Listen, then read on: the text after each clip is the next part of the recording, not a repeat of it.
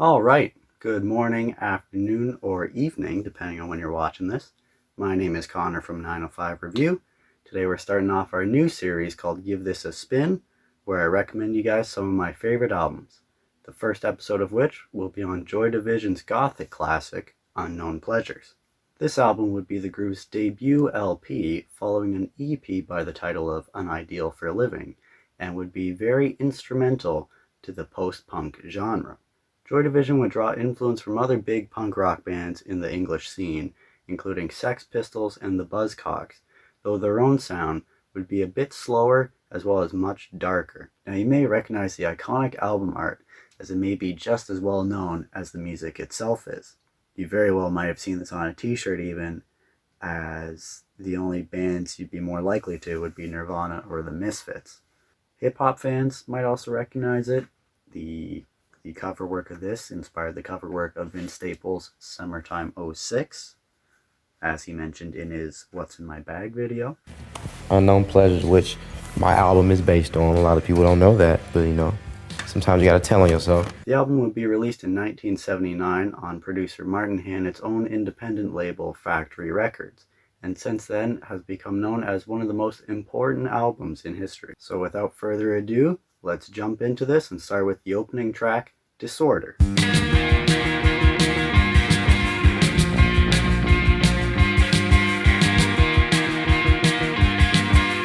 Alright.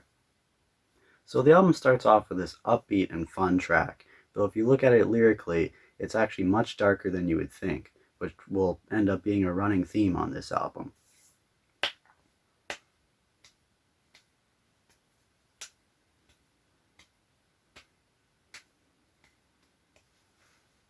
Don't mind me. Disorder is a fun, upbeat sounding track, so take advantage of it while you can, because there will be few more moments like this on the album. This brings us to Day of the Lords, a very cryptic song that comes right at you with its razor blade guitars.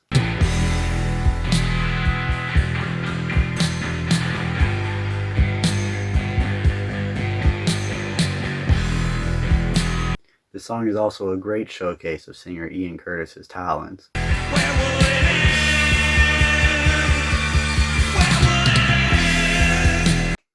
Thank you. I'll be here all night. God, what a good song, eh?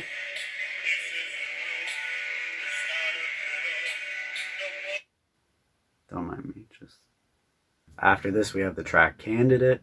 It's a lot loungier. It's much cooler, a lot more laid back. Mostly led by the drumming on this, which paves the way for Ian's vocals.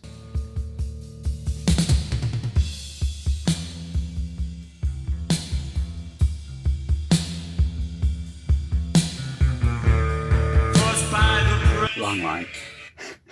The only thing is it sounds almost a little too empty at times, so it's not one of the best on the album, but nonetheless a good song, I would say, for sure. The next track on this album is Insight, and another important thing to note is that Martin Hannett used a lot of unconventional, non-traditional sounds when recording this album, and this song might be the best example of that, because you've got all sorts of different sounds at times, including like a gate opening and closing, what sounds like laser beams as one of the main ones. Guess your dreams always there. They don't rise up, just descend. But I don't care anymore. The song itself is pretty good. It's like kind of upbeat. You want to move to it, but it's also like sad at the same time. So if ever you want to like sad dance, I guess this would be the jam. Closing track from the first side of the album, New Dawn Fades. Solid, absolutely solid. Probably my favorite song on the album. It's heavy, like the guitar just comes right in at you, and then you have Ian's like soft baritone voice. And then eventually he just erupts into one of his best performances on the album on it. It's a fantastic song.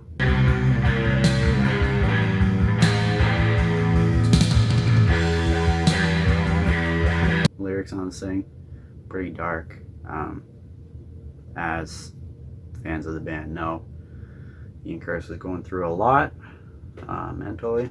Unfortunately, things ended tragically.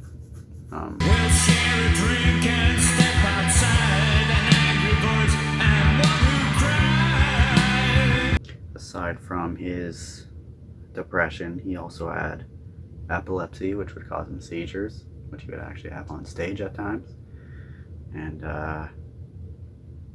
that is the lyrical content of the next track on the album, Side B opener, She's Lost Control.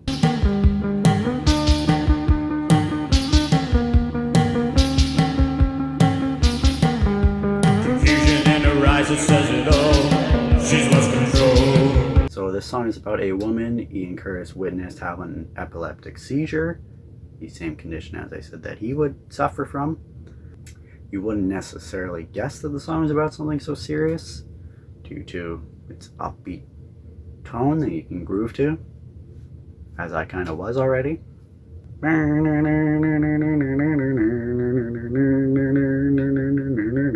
There's also a biopic on the band called Control, which is titled derives from this song. The scene that the song is based on is included in the movie, and while I did enjoy it, members of the band have come out to say that it's not 100% factual, the biopic. There's, I guess, some stuff that was exaggerated or changed up to make more interesting, but nonetheless, I really enjoyed it. It's all shot in black and white. I thought it was done fantastically. I would check it out. Next up, we have the track Shadow Play, a more traditional sounding punk song, as it has the speed and energy you would expect from one. It starts off with some cymbal as well as Peter Hook's bass playing, which keeps elevating and almost teasing us, waiting for the song to break through what it ends up becoming. And when it finally does, the payoff is wonderful.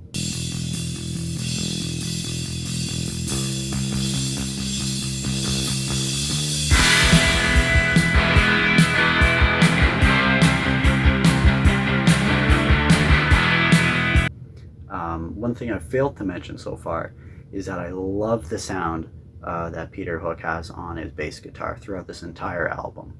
It stands out at a lot of times. It's a lot more prevalent than bass guitar is on a lot of albums, and he just gets a great sound out of it. I don't know what else to say.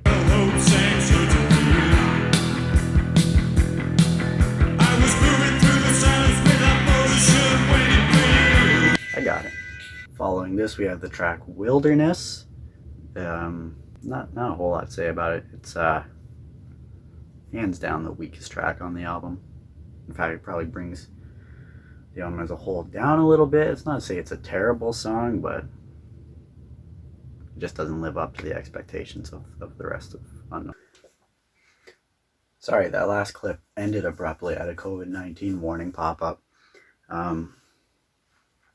Also, I was filming all of that on a single take that I was going to crop, and we're at over 30 minutes. And at first I thought I lost it. I would have been pretty, but where were we? Wilderness. Yes. Like I said, not to say that it's a terrible song, it just doesn't live up to the same level as the rest of the album does. Also pretty ironic because it's mostly led by a bass line as well as the drums, which I was just crediting the bass work on the album for.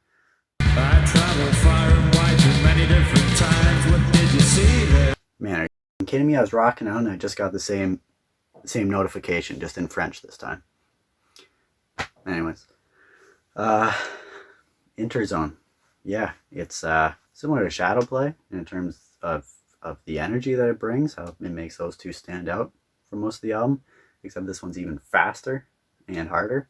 It actually features bassist Peter Hook singing vocals as opposed to Ian Curtis, well, singing lead vocals as opposed to Ian Curtis. Yeah, the song is fire.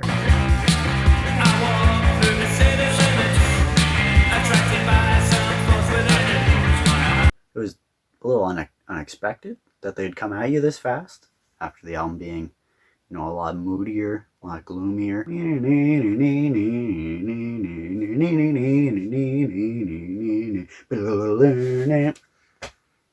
I mean, the guitar work on it's great.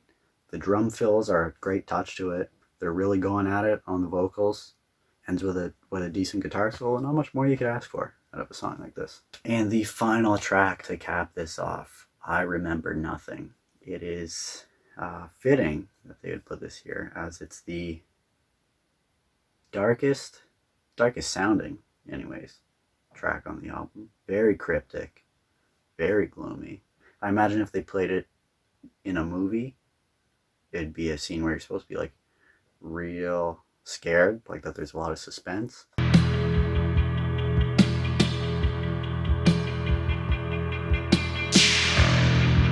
Adding to this, they use the sound of breaking glass towards the start of it. Cryptic's the best word I can use to describe it. It's a fantastic song though. Great way to the end of the album. So with that being said, that has been our track analysis of Unknown Pleasures. With this being such a famous album, there's been many reprints of it, so it shouldn't be too hard to get your hands on. Speaking of which, there are two specific versions to also look out for. One of these is the 40th anniversary reissue, released in 2019.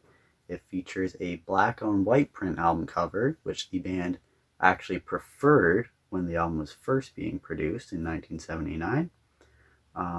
It also comes on a red vinyl. However, according to many of the comments on Discogs, the audio quality of this version is actually quite lacking.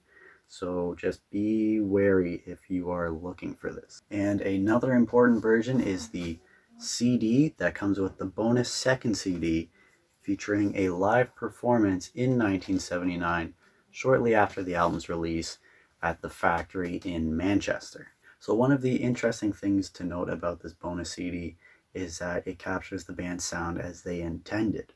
A criticism they had of Unknown Pleasures when it was first released is that it sounded too slow and low energy. They didn't think it captured Joy Division.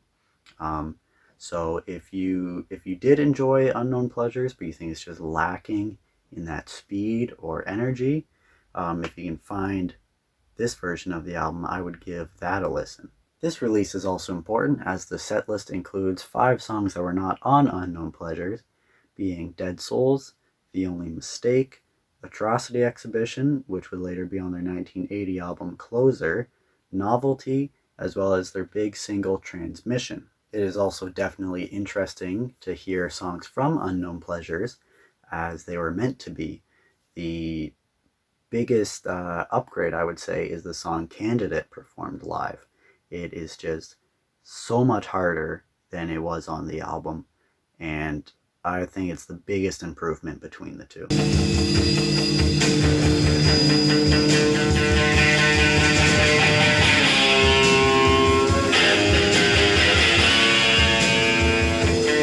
Along with this, the band also played Interzone, and while the studio version of it's great enough already, they bring so much more energy in their live set, and it's clear to see why the band felt a bit disappointed upon the album's release.